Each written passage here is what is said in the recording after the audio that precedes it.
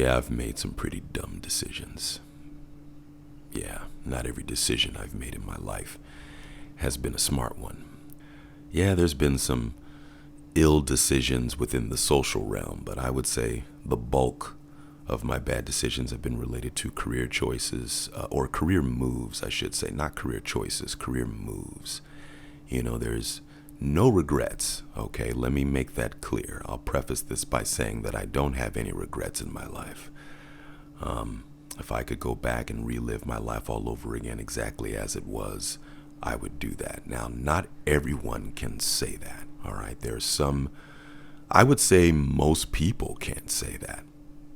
So I'm very thankful in that regard. If you can say that, I applaud you, because that means you really have an appreciation for your own reflection and your own life's journey that is still in motion. And when I speak on this, it's something to say about reflection and looking back on your life and recognizing the patterns of how you move. Some people do not like to look inside of self or look at what they've done or look at the choices that they've made. But, I do a lot of reflection, and meditation, of course, connects to this. Sometimes I think back and I say, okay, what were the biggest opportunities missed?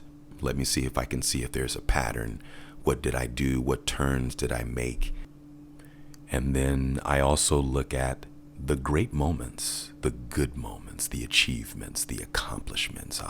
Yeah, look at that stuff and look at the decisions that were made in order to put me in position to experience that. I look at the people involved in those decisions and the great connections. So it's good to look at both the high moments and the low moments during reflection. This is what I do.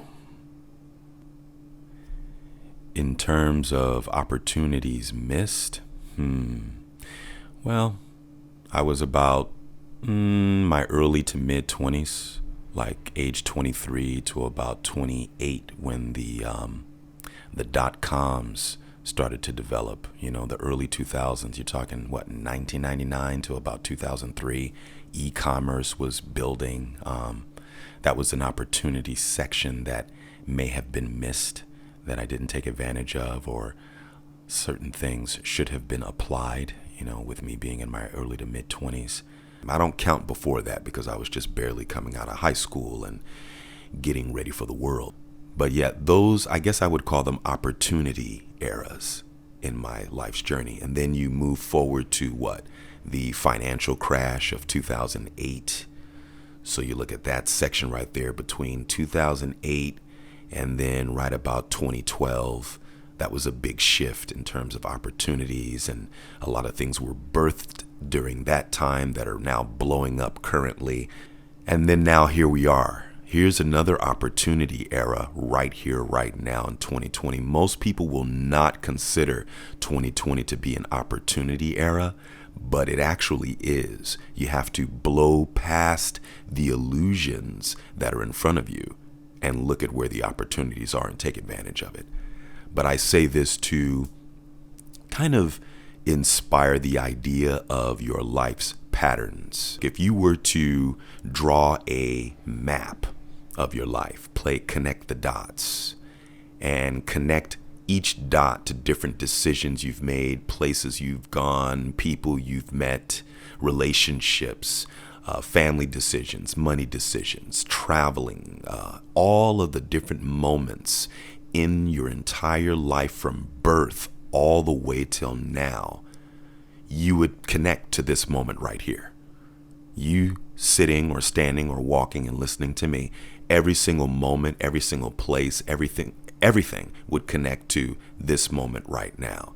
This is actually one of the reasons why I don't have any regrets. Of course, if you are in a position where you do not like your current position, then your feeling about that would be pretty much in the dark place. Screw this. I can't stand where I'm at right now. So then you have a totally different perception of it. They say perception is reality. Okay. So whatever your feeling is right now, you'd probably look back and say, well, I wish I could go backwards And then some of you are feeling okay now. So you're like, yeah, things are good. Perceptions are so different. Whatever you perceive really has a lot of impact on how you move. How do you conduct yourself? It's all connected. So looking at your life's pattern, one of the things I like to do is look at numbers. Of course, some people are into numerology. I'm not into numerology, but I do look at patterns of years. Of course, we're using the Gregorian calendar, so who knows? We might be on a totally different timeline and don't even realize it. But for the sake of this, I'm going to play with this idea. So I look back, I was born in the 70s. Now, some of you weren't born yet. That's okay. We're going to get to you in a minute. Some of you were born before then. All right. So you can go further back. Okay. There's a pattern.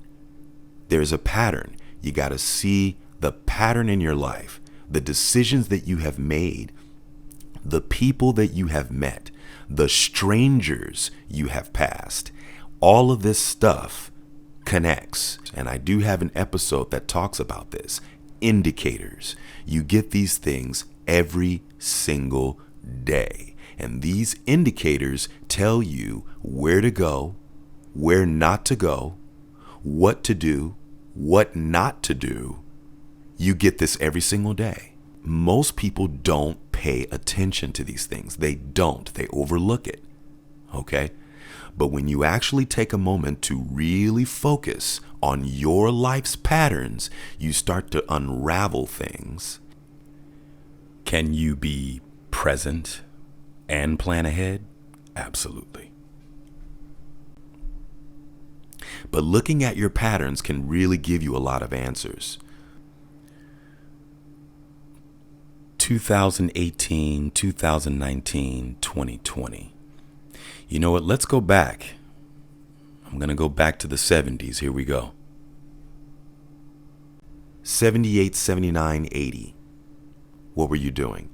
88, 89, 90. Interesting. You can even look at what was going on during that time. Culture, the political landscape. What was that about?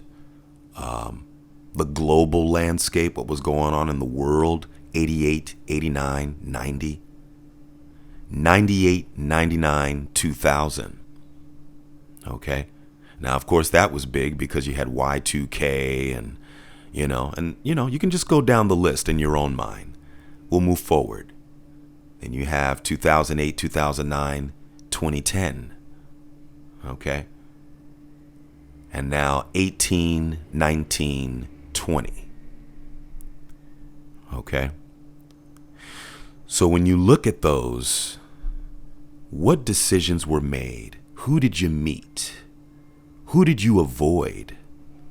Was there a person that you probably should have connected with and you didn't? Now, some would say this is the shoulda, woulda, coulda game when you go backwards. Not necessarily. It's just looking at the patterns of your life. Playing connect the dots. What decision did you make? How did that decision impact your life? Okay? Looking at the rise and the fall, the ebbs and the flows, the times in your life that were up, the times in your life that were down, not just with what was going on with you and your own personal decisions, but also what was going on in the world. What was the vibration in the world? What was the vibration in your city? What was the vibration in your country, your state, your neighborhood, where you live? Where did you live? Where did you move to? Where did you move from? Why? Some people don't look at this. They just blow through life, and that's fine. But for this particular video, I'm speaking on life patterns, recognizing these patterns and trying to get an understanding of self through these patterns, using the patterns in your life to understand who you are. Understand your tendencies. Now, what's beautiful about this is you're going forward. Okay? You're going forward. So regardless of what you've done, you can start over. You can create a new map. That's the beautiful thing about this. Regardless of what you've done before, you can create a new map. You can start a new pattern right now. And look around, see where you are. What is your position? What decisions have you made that connect to where you are right now? What decision can you make to change your current position? You know, I think of some of the decisions I made. I started the video talking about career moves, career movement, opportunities. You know, I mean, I'm not running around here feeling like the opportunities have not been presented to me, because they have. I just haven't taken advantage of the opportunities. Now, there are some things I have taken advantage of, okay? There's some decisions I have made that have equaled some great results. But there are many opportunities that I didn't dive in. And so you look at that and you say, okay, let me change that. Let me change how I look at my position. Let me change how I view the direction I'm going. Perhaps I need to open up. I need to be more diligent, consistent, need to focus, need to cut off the distractions, need to stop trying to please everybody else, right? There's a way to be loyal, be present, and be supportive for other people without doing it at the expense of your own character, right? Because self is with you 24/7, not everyone else, okay? Speaking on a physical level, not a spiritual level. But making choices that put yourself in the best position. I have not always done that. And going forward, that's one of my key focuses. So what's the key focus for you? To take advantage of the opportunities that have been given to you, to create, reinvent. This is the best time to do it. So looking at your life's pattern, just take a moment to do that sometimes. I would even challenge you to do that this week. See what the pattern is. So you take this week, just this week, look at your pattern, look at the patterns, the choices, the places, look at all of it. Look at your life, reflect. There's some things that you probably will not want to see or will not want to look at. And I understand that, because some people have not confronted their own life.